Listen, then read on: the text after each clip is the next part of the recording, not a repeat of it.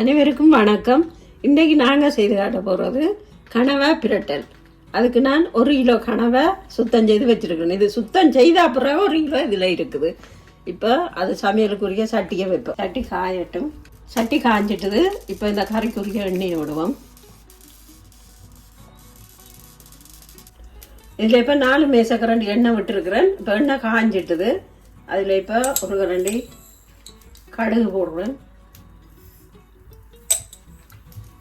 1 கரண்டி சோம்பு, 1 கரண்டி சீரகம். இதெல்லாம் நல்லா பொரிஞ்சு வரட்டும்.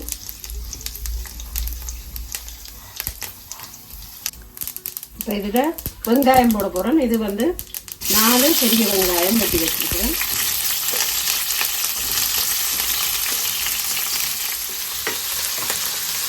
வெங்காயம் வதங்கி வந்துட்டுது. இதில் இப்போ இடித்த இஞ்சி பூண்டு பேஸ்ட்டை போடுறேன். இதோட மிளகாயை சேர்க்குறேன். இது பச்சை மிளகாய் ஒரு 3 பெரிய பச்சை மிளகாய் வெட்டி வச்சுருக்கிறேன்.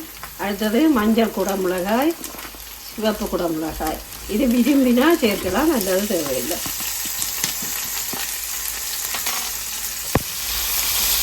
இப்போ இதில் நான் சுத்தம் செய்து வச்சுருக்கிற கணவாயை சேர்க்குறேன்.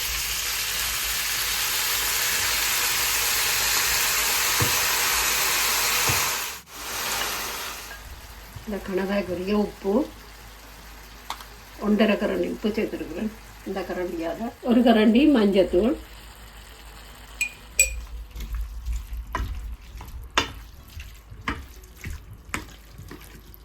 இதை இப்போ மூடி நல்லா கணவை வதங்க விடுவோம். இப்போ மூடி வச்சு 5 நிமிடம் ஆச்சு. இதை இப்போ திறந்து பார்ப்போம். இந்த கனவை வதங்கி வந்துட்டுது. இதுக்கு இப்போ மிளகாய்த்தூள் சேர்ப்போம்.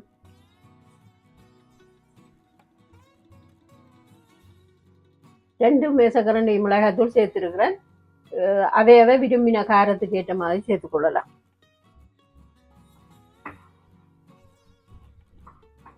இது நல்ல காரமாக இருக்கும்.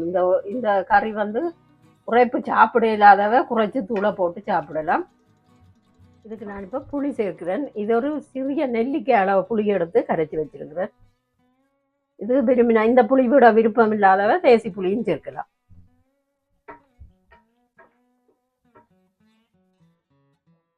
இதை போட்ட தூள் மனம் மாறும் வரையும் இதை கொஞ்சம் மூடி வைப்போம். இப்போ இந்த மூடி வச்ச கறி தயாராகிட்டு திரும்பி இதை திறந்து பார்ப்போம். ஒரு பாத்திரத்துக்கு மாற்றுவோம் இந்த கறியை.